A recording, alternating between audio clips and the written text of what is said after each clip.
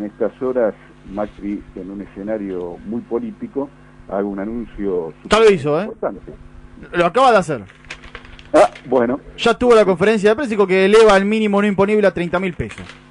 Exacto. Entonces, me parece que por ahí nos podemos detener en esto que es pan caliente, entonces. Y me parece que hay dos o tres cosas que conviene precisar para entender esta medida.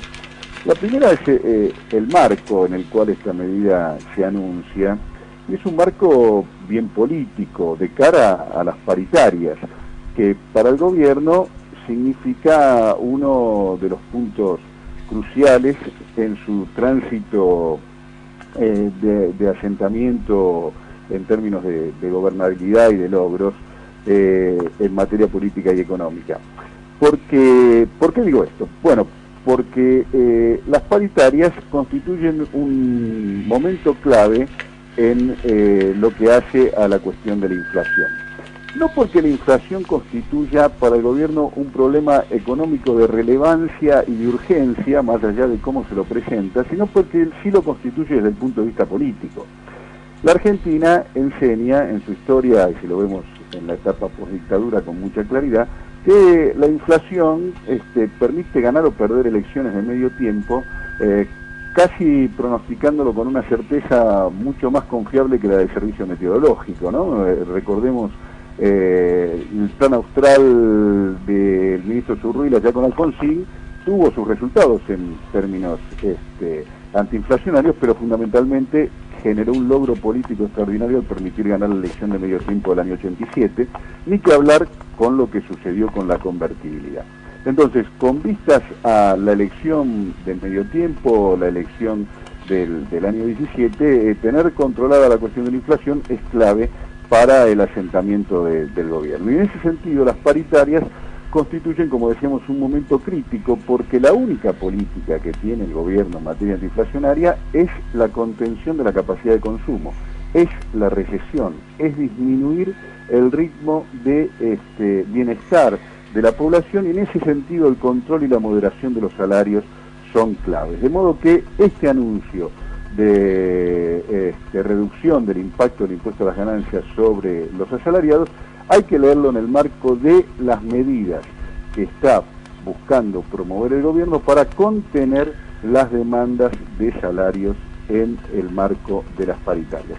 Al mismo objetivo contribuye esta especie de promoción del desempleo del sector público que ha impulsado fuertemente el macrismo, con una especie de chantaje velado, no tan velado, de moderar las demandas salariales a cambio de sostener el nivel de empleo. Es decir, que básicamente se busca contener el nivel de las demandas salariales para contener el nivel de consumo y de ese modo poder contener vía recesión, es decir, vía ajuste, el crecimiento o el alza de los precios. Primera cuestión a tener entonces en claro es cuál es el marco político en el cual esta medida se empuja. Segunda cuestión a tener en claro, también hay otra cuestión de fuerte contenido político, que es las primeras medidas del gobierno significaron transferencias muy importantes de recursos hacia los sectores más concentrados, ¿verdad? Me refiero a las bajas de las retenciones al agro, a la soja, a las mineras y también los subsidios a las petroleras.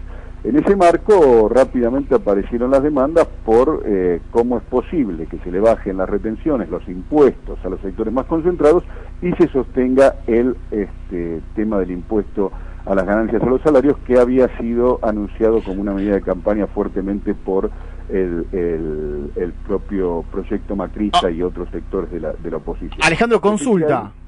Te hago una consulta en relación a todo esto. Vos hablabas recién de las retenciones, ¿no? Y parece ser una piedra fundamental del armado y uno de los esquemas, además del aumento de las tarifas, del macrismo. Para que la gente entienda cabalmente qué es lo que sucede cuando se le saca, o qué es lo que el Estado deja de recibir cuando se le sacan las retenciones a ciertos productos, por ejemplo, como al agro, la minería y demás. ¿Cuál es el impacto que puede tener eso en la economía?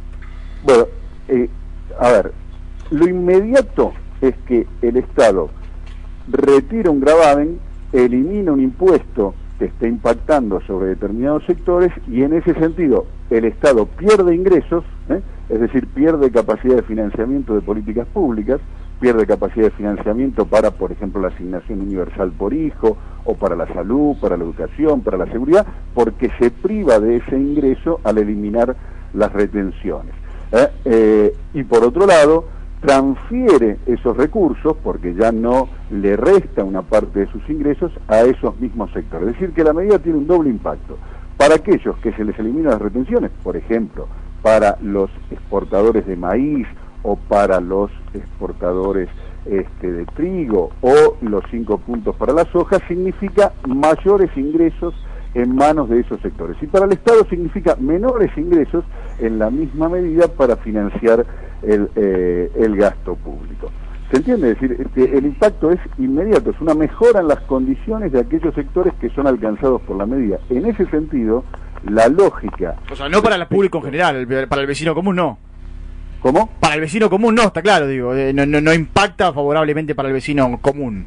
No en lo inmediato, pero sí en lo mediato. ¿Por qué? Porque si el Estado se priva de capacidad de financiamiento, es decir, el Estado se priva de obtener recursos genuinos, impuestos, para financiar el gasto público, y sostiene el nivel del gasto, es decir, sostiene el nivel de gasto en educación, sostiene el nivel de gasto en salud, en subsidios, etcétera, de algún modo lo va a tener que financiar.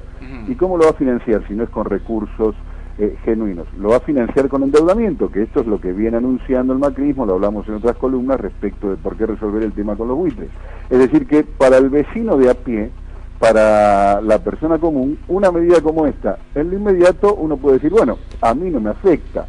Es cierto, mejoró a los sectores exportadores, pero no tiene un impacto en mi bolsillo. Ojo, no lo tiene en lo inmediato, pero en la medida en que ese recurso que el Estado dejó de percibir se va a transformar en mayor endeudamiento, a la larga el vecino va a recibir un impacto en su bolsillo. ¿Por qué? Porque va a tener que contribuir al pago de la deuda. Y esta historia es muy conocida en los tiempos recientes y a lo largo de las páginas de la historia argentina, donde a la larga, y más a la corta que a la larga, termina impactando vía crisis de endeudamiento en el bolsillo de la mayoría del pueblo argentino.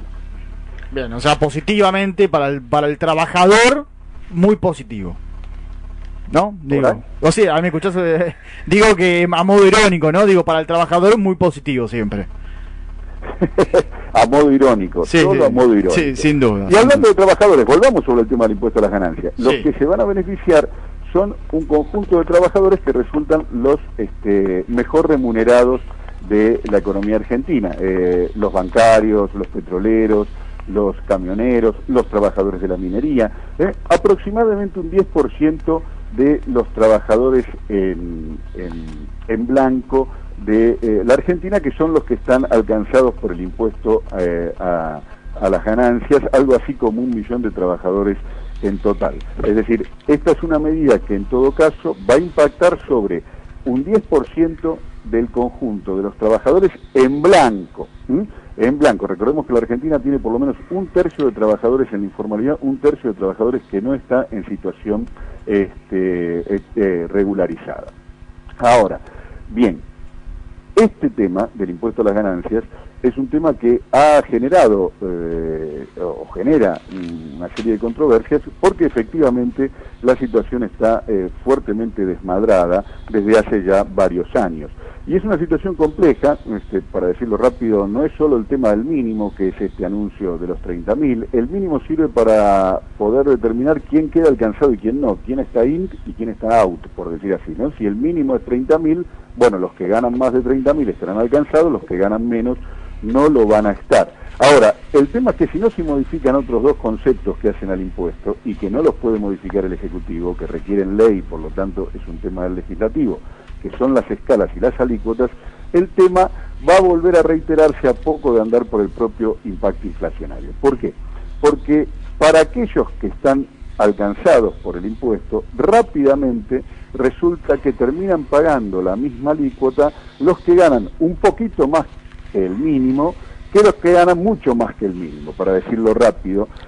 Aquellos que ganen 50.000, a poco de andar van a terminar pagando lo mismo que aquellos que ganen 70.000. Y esto es un tema muy enojoso, porque hace que el impuesto a las ganancias, que tiene que ser un impuesto progresivo, es decir, que tiene que ser un impuesto que grave de manera más fuerte a aquellos que más ganan, termina gravando del mismo modo a aquellos que ganan muy distinto.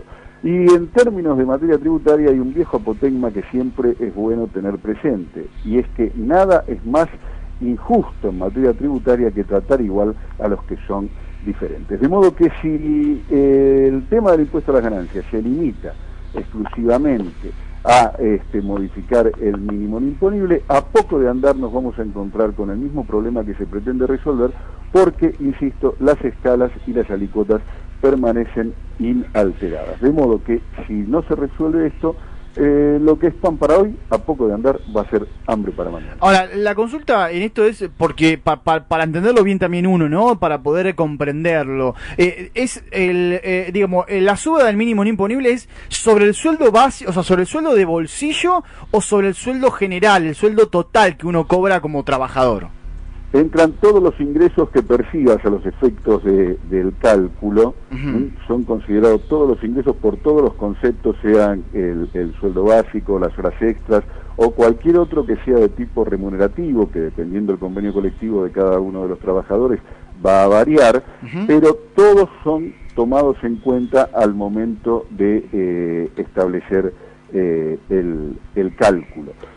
Se netean de eso los aportes previsionales y jubilatorios, ¿no? Por eso que se trabaja sobre los brutos y sobre los valores netos. Pero al momento del cálculo, todas las remuneraciones que tienen, todos los ingresos que tienen carácter remunerativo, tienen que ser considerados, y es a partir de esa consideración que se toman en cuenta este valor de los 30.000, que habrá que ver después en la letra fina si va a calcularse de un modo que técnicamente pueda tener algún otro impacto. Pero en principio todos los ingresos que reciben los trabajadores están alcanzados por el gravamen de impuesto a las ganancias, cuarta categoría, tal como lo establece la ley. Bien, la verdad que pocos temas para charlar, Alejandro, lo que tiene en la materia de economía, ¿no? Si total, claramente no le afecta a ningún trabajador ni a ningún vecino de nuestro país. Lo cierto es que, ¿qué se prevé en relación también, Alejandro, en relación a algunas medidas que pueden llegar a anunciarse, cuestiones que tienen que ver con la tasa de interés de los bancos, con lo que tiene que ver con este aumento del dólar también que se está dando? Digo, hoy está a 15 pesos, ¿a dónde crees que puede terminar? ¿Dónde crees que puede llegar? Si esto también de las retenciones también puede afectar a que el dólar aumente mucho más o que no. Digo, ¿qué se puede esperar para el mediano plazo?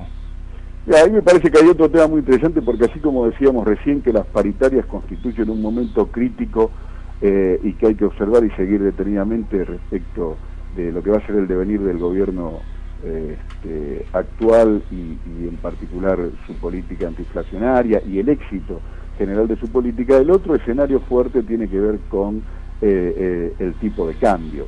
Y ahí también tiene una batalla interesante o compleja el gobierno, porque para algunos sectores el dólar de 15 está muy bien, pero para otros sectores el dólar de 15 está muy mal.